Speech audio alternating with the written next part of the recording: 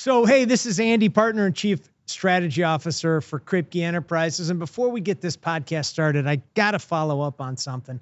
So a couple of weeks ago, I had Steven Groth on, and when we were talking at the beginning of our conversation, we talked about how I was on a social media, I was dry social media. And it allowed me to go into YouTube, although some people will say that YouTube is part of social media. So I was on YouTube real heavily. And one of the things that I watched a lot was the high stakes blackjack. And Steven and I talked a little bit about high stakes blackjack. But the other part about this that I just love was Dana White from the UFC taught me about this whole shoe game. And I have fallen in love with the shoe game. I think it is a riot. Dunks, Jordans. I bought 2 pairs of shoes. I got 1 pair on the drop, on the Nike drop of the Year of the Dragon shoes of Nike Dunks. I haven't put them on my feet. Of Nike Air Jordans. I paid $260 for the shoes. I was hoping that I'd get lucky enough that they would go up in value. They've done nothing but go down in value. They're worth about $195. I'm kind of watching it on GOAT. So here's what I really want. If you could, in the comments, if you're watching this on YouTube, in the comments below, are you in the shoe game?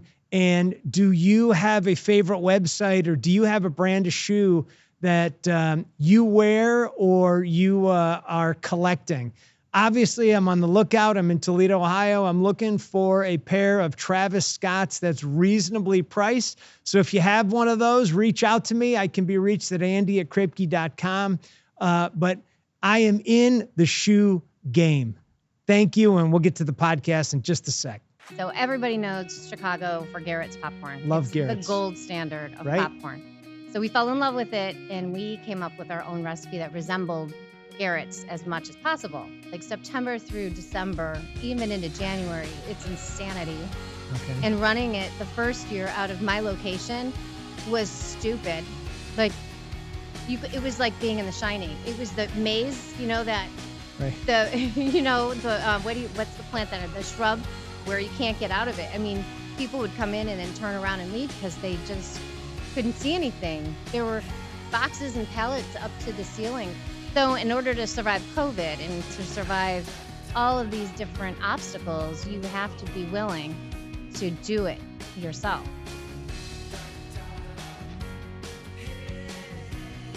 Hi, I'm Andy Golding, partner and chief strategy officer of Kripke Enterprises, and I am so incredibly excited about today's episode of Toledo Works. This podcast is sponsored by Kripke Enterprises. At Kripke, recycling metal is not just good for the environment, it's good for business. Our phones are ringing. This podcast is produced by Stewart Media Strategies, and today I am thrilled, as you can see, to introduce Rachel Marciniak, founder of Rachel Michaels Popcorn and new owner of Basset Nut Company, located at 5307 Monroe Street. And, usually I write like a big introduction for what they do. You guys are in the nut and popcorn business. Yes. I mean, that doesn't take a huge introduction. Rachel, how did you get into the popcorn business? Okay. So my sister went to school at the University of Loyola in Chicago. So everybody knows Chicago for Garrett's popcorn. Love Garrett's. The gold standard of popcorn. So we fell in love with it, and we came up with our own recipe that resembled Garrett's as much as possible. Okay. So we would make it. I would take it at the time I was a pharmaceutical sales rep. So I would take it into offices, take it to meetings. Everybody loved it. Everybody wanted the recipe. This was your giveaway. Yes. Yep. Okay. I would take it to meetings, and everybody wanted it. You made caramel corn yourself? Yep. And I actually, at my house, I had 3 ovens at the time. Oh my gosh. Okay. It was crazy. So I, at one point, in the drug industry, I knew that there would be some downsizing happening. And Michael of Rachel Michaels Gourmet Popcorn had called. He wanted it for Super Bowl. He said, hey, can you give my wife the recipe? I said, absolutely not. It's going to be my plan B if this goes crazy.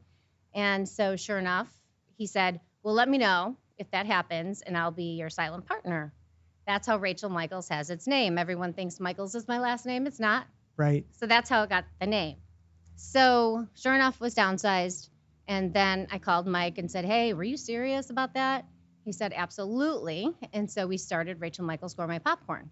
Okay. At the time, I was also working with friends of mine, helping with their Verizon businesses and bar businesses, and doing this on the side with my 3 ovens at my house, staying up all night long with 2 toddlers. And so finally, George had said, Rachel, this is crazy.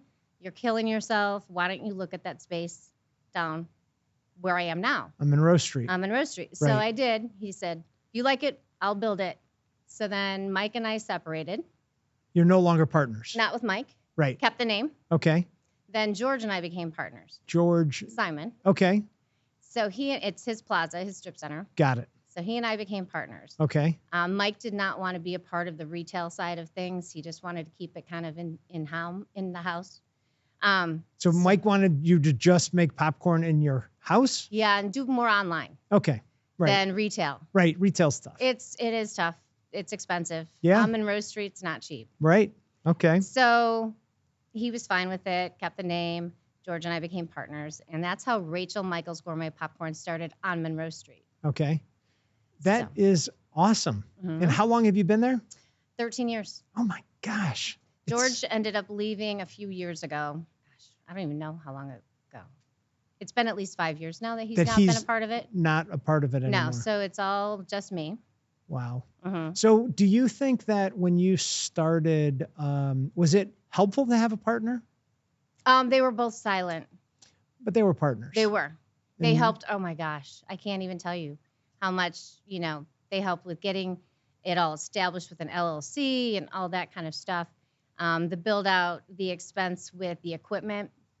Once George and I became partners. So I'm indebted to both of them. So your strength was the popcorn and probably selling it. And they were more in the back room and in the industrial side. They were not popping popcorn. Right. Okay. They were not scooping coconut oil. Oh my gosh. So you went from, the volume that you were doing in your house it has to be dramatically different. And then I would also, now I don't know, when you make popcorn, caramel corn in your house, now we'll get technical. I'm a foodie guy. Do you use preservatives or does the sugar just preserve it? Right. How long does it last? Okay, so it's different with the savory, and by savory I mean like the cheeses, not anything that has a candy or a caramel coating on it. Right. So those have a shorter life expectancy than what anything with caramel or candy has because it kind of encapsulates the kernel. Okay. And I also only use monster mushroom popcorn because it's more of like a ball. How did you? That was my next question for you. Okay. It's more of like a ball instead of like what you get at the movie theaters, which is called butterfly. It has like the little wings that fall off and leaves crumbs everywhere. Right. So when I was at my house making the caramel corn, I had, like I said, 3 ovens. Every 10 minutes you had to stir it. Okay. So it was like this, and I had this popcorn machine, my first one that didn't beep to let you know that it was ending, and so you wouldn't burn it. So you just had to kind of listen for it. Okay. So picture it. There's 3 ovens, a popper, and 2 toddlers. Oh my gosh. Running around. And so it was like constantly running around the whole kitchen trying to stir it and get it to be crunchy and crisp. And then you'd have to let it cool. It was a nightmare, an absolute nightmare. So now that I'm in the store, the equipment that I have, the first year we had 1 popper and 1 caramel corn machine and 1 cheese tumbler. Right. And after the first year, George was like, we have to double everything. So we ended up with 2 of everything, except for the caramel corn maker. So you make the popcorn, everything's only with coconut oil, so it's really light oil. It takes on the flavor. And then you make the caramel, and then you cool it, and it lasts for at least 6 months. And it's caramel corn that you make in the store or in your house would last for 6 months. Yeah. Well, and when I package it, there's hardly any air. Right. Like you can see, like when you go to the grocery store, you get these huge bags, usually not clear. Right. So you don't know if there's a bunch of crumbs in the bottom. Right. And it's full of air. When you open the bag, it's halfway full. It's kind of silly. Isn't it amazing? So you and your sister's going to school.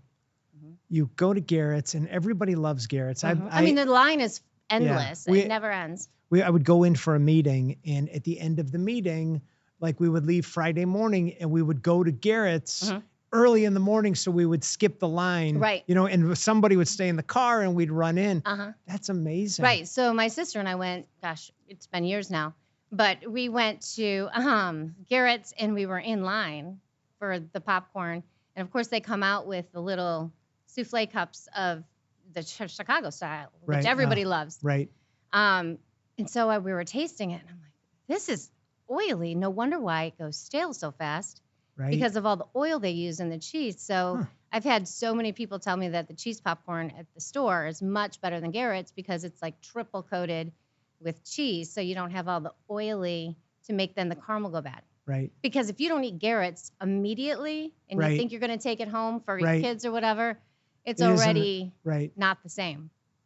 So, all right. So now you've had 2 partners, both of which you're indebted to. Yep. And what about when the unwinding of the partnerships that you had to unwind? Was that difficult at all, or? I think with Mike, it was a little bit more challenging. Okay. I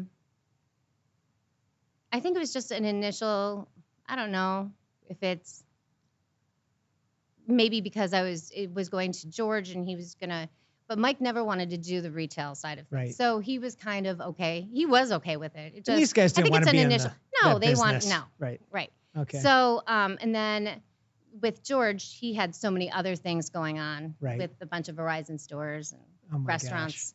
Gosh. Okay. So he just didn't, I'm sure, need or want the hassle. Right. So it worked out for you. It did. It really worked out well, beyond well. It worked out so great. It's amazing. That's great to hear stories like that. Yeah. And we're all still amazing friends. And that's so nice. Yeah. All right. So now you're doing the popcorn and your business is growing and you're on Monroe Street and you've got the old Friendlies next to, I mean, I knew it as Friendlies. Right. You knew it as And Friendlies. Berries. Right. But yeah. And there was like a super supper or something. That like a go Geno's. Geno's, then Geno's. But I knew it as Friendlies in the, 80s. In fact, I found in the attic of Geno's, there's it's like a daily log from like 1982. Yeah. And it showed like what the cash was and what they anticipated sales to be. Sure. And all kinds of things. And I ended up laminating it because I laminate everything. That's so funny. But yeah, it's kind of cool to see what they were doing in the 80s. Yeah, we would ride our bikes there and get ice cream and, maybe we'd have a tuna fish sandwich or something there. I mean, it was great. So you're doing that business. Business is going well. Are you online? Is the business online? And what part of how much of your business is online sales compared to people walking through the door? Okay. Or is that a secret? No, it is not. It's a lot of challenges, lots of learning curves. Okay. So, yes. And so the website. So when it was with Mike, we started a website. I love my website designer. And I follow her everywhere. Okay. She goes. And so started the website, and she's a big picture kind of girl. She said, first of all, she told me I should have had a food truck before food trucks were ever a thing. I just couldn't imagine that. So didn't do that. But anyway, she's the one that introduced me to Amazon. And I think I might have been like one of her first clients as she got into Amazon. Okay. So I was in Amazon. The challenge with Amazon is that everything is free shipping. Right. So you have to put the cost into the product, absorb it. And then, so you have that in there, but you kind of get screwed if you're shipping out to California versus into Michigan. Right. Because the shipping rates change. So that was a challenge and a learning curve, and it was time consuming and tedious, especially because, if you have free shipping and somebody orders 1/2 pound or a pound of coconut almonds, the shipping's more than the product. Yeah, it doesn't make sense. It doesn't make any sense. So you're on your website and or do your it's fulfilled through Amazon, or I get notification that somebody bought something through Amazon and then I ship it out of the store. With free shipping. With free shipping. Oh, that's a better deal than whatever you're doing on your website. Right. So how long did that last? It lasted a long time until the purchase of Basset. Okay. And then the whole website had to change. We tried to incorporate both brands into one website. Right. It was confusing for the Rachel Michaels Gourmet Popcorn people to wonder where it went, because then we changed the exterior. And now, since Basset Nut Company has been in Toledo for almost 100 years, Right. we wanted to go with that history. So people were confused, and we did not do a real good job as far as the explanation of the transition at all. It was terrible. So lots of people that were ordering on Amazon didn't see how, it would take you to the Basset website. So I think they were confused. Right. What am I ordering? Rachel Right. Michaels popcorn. Or Why am I who's in this Basset? Especially customers that were in different states that didn't Right. have the regional knowledge. So even people in Sylvania and Toledo don't. I mean, they Right. drive by all the time. And they're like, "Oh my God, you're still here." I'm like, "Yeah, I know. Right. It's confusing. I'm sorry." So that's still something that we're working on. Okay. With So it. We kind integration. of took a backseat with Amazon once the Basset came on board, again for the same reasons, the shipping and all of that. So we put that on hold for a minute until we can kind of have an understanding of the shipping and everything that's involved with that. So to give some context, so you're running the business, you're going for 10 years, and then the opportunity to buy Basset, a Toledo company that's been around for 100 years, comes your way. And what was that like? And what is it like buying a brand that's 100 years old? And how has that changed your business? So it's an amazing story, actually. John Levine, an amazing, amazing, amazing, amazing person. And then Jeff Williams. Jeff and I would do business together. Like if I was short popcorn seed, or if they were, we would sell it to one another just to tide things over just to fill an order. So we kind of had a working relationship, and that was great. And then John called Corey and said, "Does Rachel still own Rachel Michaels Gourmet Popcorn? Would she have any interest?" And so then we started delving into that. And it's been amazing. That was March of 22 when it was finalized. There were some different things involved in that. There were a couple businesses, and so we only wanted the Basset side of it. So we kind of had to figure all that out.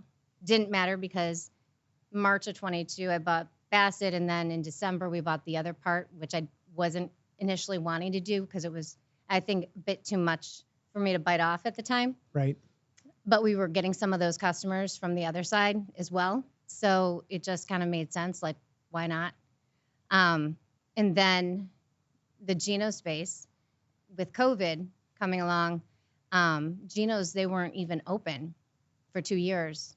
I think, weren't they closed even before COVID? I mean, yeah, it was hit or miss. They couldn't find labor a lot of times. Yeah, it wasn't a great location for them. I think it was, but for some reason, it just didn't work. COVID and then labor. Yeah. And so it just got to be a challenge, and then their lease came up. And so I'm like, this is like a perfect spot. For sure. And I need more space. So especially at the holidays, like September through December, even into January, it's insanity. Okay. And running it the first year out of my location was stupid. Like it was like being in The Shining. It was the maze, that right. What's the plant the shrub where you can't get out of it? I mean, people would come in and then turn around and leave because they just couldn't see anything. There were boxes and pallets up to the ceiling. You couldn't move. Oh my gosh. In the store. And so thankfully, with Geno's lease being up, we could take that space and then make it so that people could come into the store now and see things and move around and not feel like cases of cashews were going to come tumbling down on them, or cases of tins. So it was much better this year. What we're hoping and praying to do is I've remodeled the Geno space. And so retail and offices will go in that space, and then production will stay where we are. Okay. For the seasonal business. And so have you thought about merging the names, or? I think we're going to keep it Basset Nut, and then have Rachel Michaels Gourmet Popcorn be one of the brands. So, that's a good idea. Mm-hmm. I love that. Mm-hmm. That's great. What is your, so when you bought Basset Nut, what was that business doing that your business wasn't doing, and how did that integration go? Okay, so Basset Nut, I think for the most part, with their location being on Merger behind Kohl's on Airport in Holland, Sylvania, it really didn't focus on retail traffic. And so that it has exploded way more than what they've ever really done being on Monroe Street. And then their operation focused more on holiday or promotional sides of things. Like we Right. can do all kinds of promotional. Promotional meaning like tins for at the Yep. holidays you send your customers. Right. And they Okay. customize the tin lids, or even we've done things with espresso beans and mugs, any kind of promotional type of item. I know in the past, Linda came over from Basset. She had been there for 30 years, and she has told stories about whatever the customer wants, we can find it, whether it's like a s'mores type of box with their logos on it. The tins are all customized, so it has their logos or whatever they want to have on the tin. Right. Can be accommodated. We have also done, Basset used to do a lot of the trucks, wooden trucks or wooden toys. Oh, sure. Yeah. So we had their inventory. I don't know that we're going to move forward with that because Of you the have- trucks? right? Because you all have of to the- buy the volume Right. in order to get the right price. Right. But instead, we have started doing these wooden boxes, and you can have the etched logos on the box, and it's kind of like an 8x11 type of, I don't Right. know. You can put things in. You can put like sticky notes or pencils or whatever if you're worried about the planet and you don't want to fill landfills with the tins. Some people have had more Well, you'd concern. recycle the tins. You would recycle the Yeah. tins. Right. Some people aren't doing that. Right. They need to be. They need to Yes. be calling you. That's right. But if they didn't, they could throw it in a wood and burn it, Right. But it's a nice alternative. They're made in Wisconsin and not in China. So Oh, cool. yeah, it's nice to keep it all in the States, and as much local is what that's what I aim to do Sure. with all the products. All of the nuts are the same supplier that we've always used, and they're in Norton, Ohio. So I do have a question. So when you get these cashews, you have to, can't even imagine how big, 50-pound box, and you got to have a lot of people touching these product. Okay, it's not 50 pounds. It's What a if- pallet of each box is 25 pounds, and there are multiple pallets. All right. Every week, thousands. They come still warm. Really? Oh, it's not even right how much. We had a forklift we rented, actually, and the drivers were so thankful because, Yeah, you can't unload it without it. it's not even just the stuff, the nuts. It's the chocolate stuff, too, because my supplier in Ohio doesn't do the chocolate stuff. So they come out of Pennsylvania, and it was a semi-load every week, a huge semi. That's a lot of chocolate. And I am telling you, one case at a time in December, back That's and not forth. going to happen. No. How do you, so what my question was, though, you sell it in small things. So a lot of people are touching all this stuff. No, it's pretty much me. Okay. Well, so you touch all the, I'm not touching each nut at a No, time. I hope mean, not. you're gloved and, you scoop. I mean, is there like, as far as an automated? no, I guess I'm curious, there's a lot of, at the holidays and the health department. And I mean, what is that? How does the health department look at bagging nuts like it looks at a restaurant? Is it easy to work with the health department? No. It's not easy? At all, not at Well, all. I would think it wouldn't be a big deal. The stuff's already Okay. cooked, right? Let me give you a little bit Starting of to trivia. get a little hungry. Yeah, open it Okay. up. Okay, so I do. The nuts all come to me. Okay, well, let's step back a little bit. Okay. So the health department, Department of Agriculture, the higher gods of nuts. The Department of Agriculture is involved? Well, not with me right now, but they were with Basset. Okay. You have to do so much in sales for 3 consecutive years before the Department of Agriculture gets involved. They were actually involved with my business before COVID, but then with all the increase in Amazon orders, they kind of Why is the Department of Agriculture involved in your business? Okay, so if you sell wholesale Okay. to stores, then they get involved. Got But because so many people started selling things on Amazon, they had to take a step back because they were inundated with all these new vendors. These through are Amazon. good, by the way. Dark you. chocolate covered almonds. Almonds. All right. So the Department of Agriculture kind of took a step back. But what those two entities did is they said you cannot roast almonds in the same roaster as you do cashews because of allergens. Okay. These are like $300,000 machines. Now you have to have two of them, and they're huge. Do you roast your own nuts? No, that's okay. where I'm going with this story. So Basset, years ago, like 3 to 5 years ago, they ended up selling the roaster to our supplier in Norton, Ohio. They roast the nuts. So now they roast it with the Basset recipes, and they bring it to us in cases. So we don't have. There's a recipe for roasting almonds. There's a recipe. The Basset recipe. People know it. They love it. What are you talking about? There's a recipe. The seasonings, just the different seasonings. Like there's spicy cashews. There's sweet and spicy. There's all kinds of.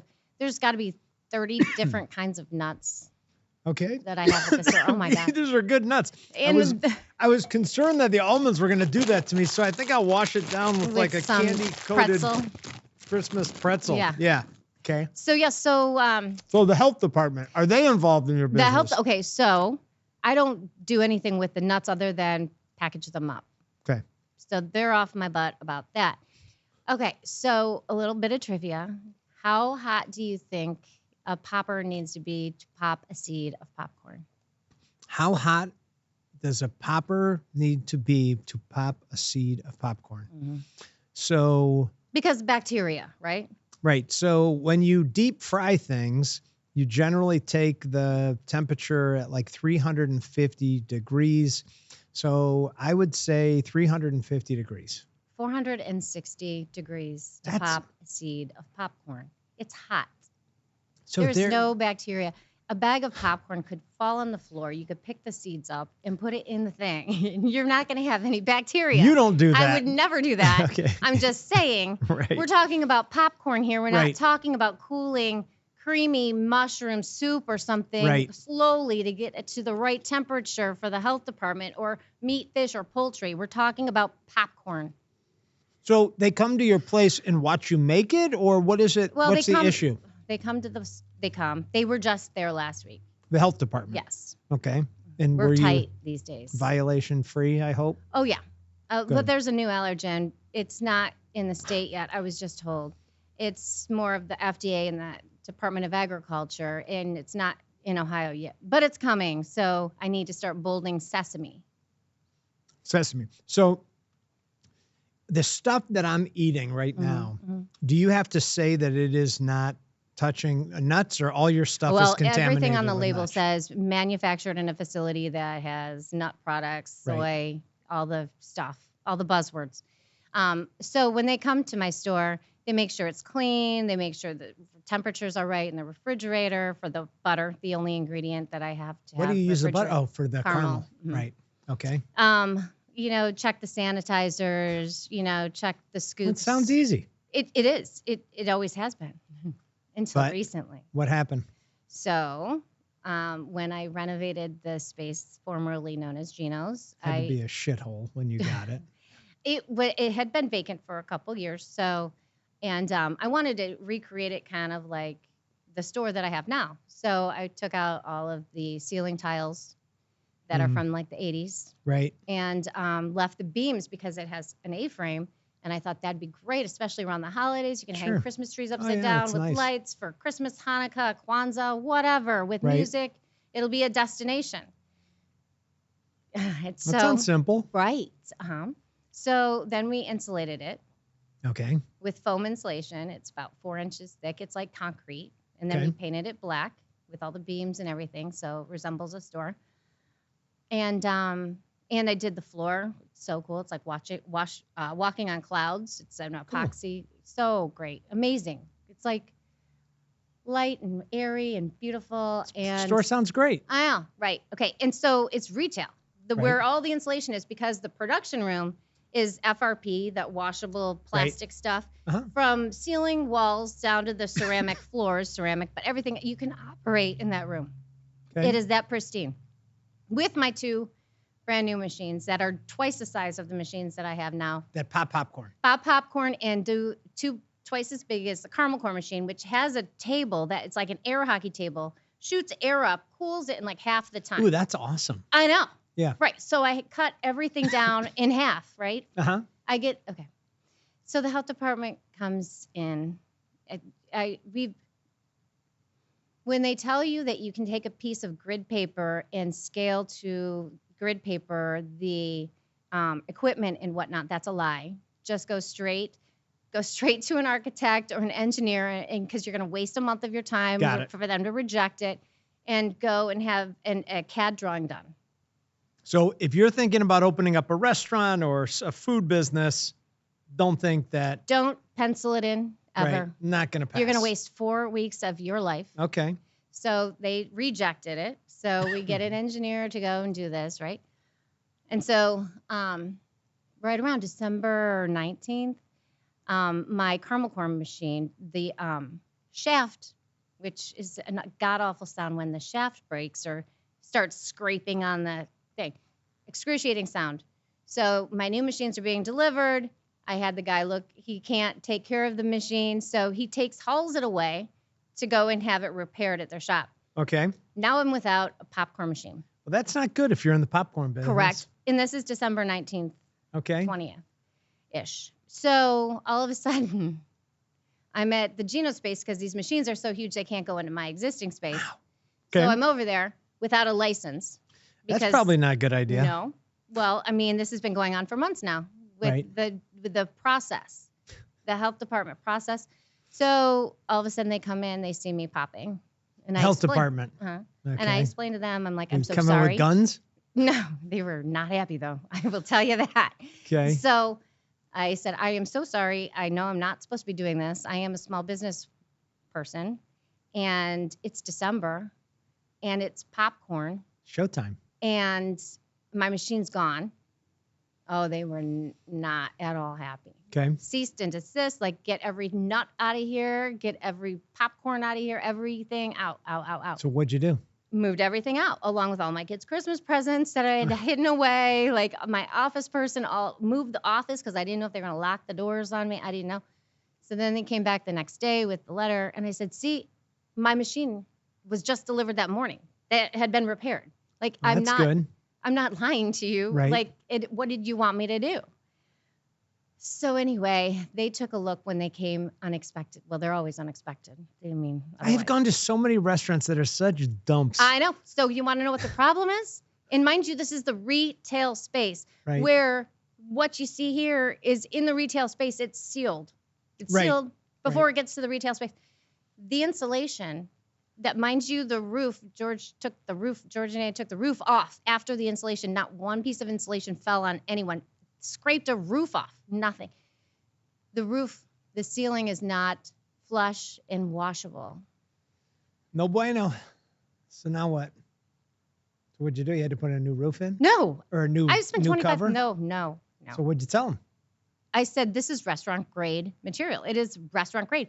It reduces the sound, the clatter of pots and pans. It keeps temperature. Right. He's got consistent. Restaurants. They all know what goes up on the roof. And keeps pests out, right? And in 13 years, I've never cleaned my ceiling at my store. If there's things hanging down, clearly you're going to clean it. But otherwise, I want to know what all the Toledo restaurants, when they're scheduled, ceiling cleanup is. Right. And put in the notes in the bottom when if you're a restaurant owner listening to this, please put in the notes at the bottom when your restaurant scheduled the ceiling clean. Okay. Because I know Costco, over their pizza and hot dog station, that's got to be 3 stories high. Right. You need a man lift to get up there to clean it, whatever. So they allowed you to do it? No. Even though national franchises like Chili's and Texas Roadhouse have the same ceiling. So what I found out is that if you are a restaurant and you're taking out your chicken cacciatore or your chicken Alfredo without a cover on it, that's okay with that roof, with that insulation. But for a retail store, it's not. So what are how are you solving this? What's the solution? I'm writing a letter to the mayor. You're writing a letter to the mayor. Well, you can tell him right here. What are you going to say to him? I'm going to say, this is ridiculous. This is ridiculous. It's popcorn. Right. It is not a soup. It is not a meat, fish, or poultry. It is a 460-degree seed that pops. So is this what's keeping you? Yes. Yes. So these are the trials and tribulations of being in this type of business. So I'm going to put it, you know what I'm going to do? I'm going to put a table and chairs. I'm going to get a TV. I'm going to have a Pepsi refrigerator or something. And my bathroom is ADA accessible with a changing table for babies. So now I'm going to be a restaurant, I think. I can play that game. All right. That was pretty complicated. Yes, That's I'm not exactly nuts. happy. I'm That like is nuts. spinning. Yeah, I'm sure. So frustrating There's because I'm nothing- still paying rent. Right. There's nothing worse than when when there's undue regulation that doesn't make any sense. 0 cents when you've got disasters of restaurants. Disasters. I've been to some that are just so gross. There's a restaurant in town that I like. All the emergency doors are blocked with food. You couldn't even get out of the restaurant. If there was a burning fire, what are you to do? And you wonder, and so they're worried about popcorn. 460 degrees. What about, so that is a major challenge, and it sounds like you're addressing it, and it's one of your big ones. Have you had any other challenges along the way? Well, my business is cyclical, so that's a challenge. So what do you do when in the downtime? Well, you know what I do? I do in the summers, I do lots of the fundraising stuff. Okay. So like Barefoot at the Beach, Zoo-to-Do, when Taste of the Nation was around, all of those things I really enjoy doing. Weddings, graduation parties, baby showers. There's lots of that to kind of keep you busy in the summer. This is the first year that I've had the Whitmer kids that I've had them for 7 years, but this is the first year that they're year round. I don't know what that means. The Whitmer kids are kids that are high functioning with autism and Asperger's. Wow. And so they come every Tuesday and Thursday morning for the last 7 years. And they will, they're from 11 to noon, or 1:30. They used to be like 9:30 to 11:30. But so they come and they help label the bags. Repetitive things. Oh, yeah, that's build amazing. all the boxes. So they are a huge help in this busy season. And so now, since we don't have any labels on any bags, they've been labeling bags. Oh my gosh, that's But great. that's just a huge help for me and for them because they're learning a skill. And How did they find you, or how did you find them? one of the directors, I guess, of the program, she came in one day and asked me if I would look into it. And I'm like, I don't know. And so she kind of convinced me to try it out. And it's great for the kids to get some work experience and to deal with some of their issues that they, there were a couple times when, some of the kids, they get frustrated or, I'm on my feet all day on ceramic. And then these kids, their back starts to hurt and they start moaning. And, but that's, helping with that. The challenges, a lot of the challenge. Oh, here's one. Here's a challenge for you. Money. What's the challenge with money? Why is that a challenge? Getting money. You mean getting? So why you just go to a bank? You get money. No, What do you mean? don't. No, I would rather give birth without an epidural than try to do that ever. Then go to a bank. It's awful. Okay, so what's the challenge with money? Okay, so when you have Basset Nut Company and it starts in August, and you have to go and get all the supplies for Cash flow. orders. Yep. Yeah. Mm-hmm. Okay. And then they have terms of 30 or 60 days. Right. So now you're at 120 days. And you're not getting paid And until right. November or January or February on some of your corporate gifts. Right. Right. So you need a cash flow. Yeah, that's a big deal. And when you pay everything, and so you don't have 3 references for credit. Sure. Because you pay everything off. My recommendation is get lines of credit. Don't pay things off. And then you have references to give to banks. To get more lines of credit. Correct. That is tough. It's a nightmare. Wow. That is really tough. And so of your business, but you do have the cash coming in from retail, but it's not enough for when enough. You've got a customer that needs 2,000 tins custom. And then you get the tins, but not only the tin, you have to have the heat band, you have to have the pad, you have to have the mailer. So all these, but I had a 40-foot container out back, which the health department told me I needed a permit for a container. I'm doubting Walmart, Myers, and Target with their 40 containers around that time of year have permits on every single one of them, but whatever. So yeah, then you have the product that you have to put in. Sure. Oh, the cash flow has got to be very difficult in your business. Mm-hmm. Wow. So what is your number one selling thing? What do you sell the most Okay, of? so here's the difference too, because Okay. the two different product lines. There's a higher margin in popcorn Sure. than nuts, but we sell more nuts. So it's kind Okay. of a wash. Okay. So you like selling popcorn? Yeah. Well, I like selling both. I mean, since the mural on the side of the building that we wanted to recreate from the warehouse in downtown Toledo, another permit. Who did the mural for you? Dean Davis, he is the guy, one of the guys that did the silos. Really? Mm-hmm. Is it painted or is it vinyl? Painted. Oh my gosh. Mm-hmm. Was that a difficult permit to get? It was something. Because nobody knows if we're Toledo or Sylvania. We're right on the line. Right. So what I are you? wish we were Sylvania. Yeah, well, they're difficult everywhere. But It's Toledo Toledo. passed it and allowed you to Yes. do it. Uh-huh. And it's such an asset to the area. And it's It so is. cool. I know. It's just a replica of what the original building is. Right. So I don't it's like a huge billboard, and we get a lot. It has paid for itself. We get lots of people that didn't know, and then you get the generations. Like you get the grandparents. Like I remember when my dad used to take me to downtown. We could smell the nuts roasting. I mean, so you hear all these stories all day long, Right. and it's heartwarming. And it's so frustrating then at the same time that you're getting a hassle and kickback from something that you want to keep in Toledo Right. for the history and for just a Toledo story. I mean, it went from an Arabic family to a Jewish family and now to an Arabic Irish female. Like, I mean, how do you not want it all evolves. They could have sold it to somebody in New York if they wanted to. Sure. And that business is a lot online, Basset. Yep, online.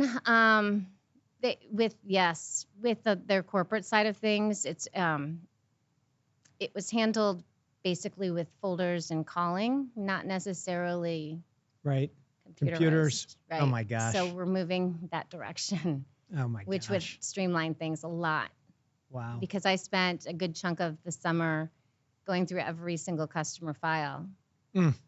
And then trying to put a spreadsheet together with the years of business and address and point people and trying to figure out if they're still around or not. And So, we've talked about popcorn, the mushroom-sized popcorn. We've talked about nuts, and they come in hot. I mean, we really kind of talked a lot about the business. Is there anything that that you would like to see your brand go into other than popcorn and nuts? What do you see as the future? We talked about a couple different things, and we have a couple different brands in there right now. We have honey, bourbon flavored honey. Okay. It's a honey that's aged in a bourbon barrel.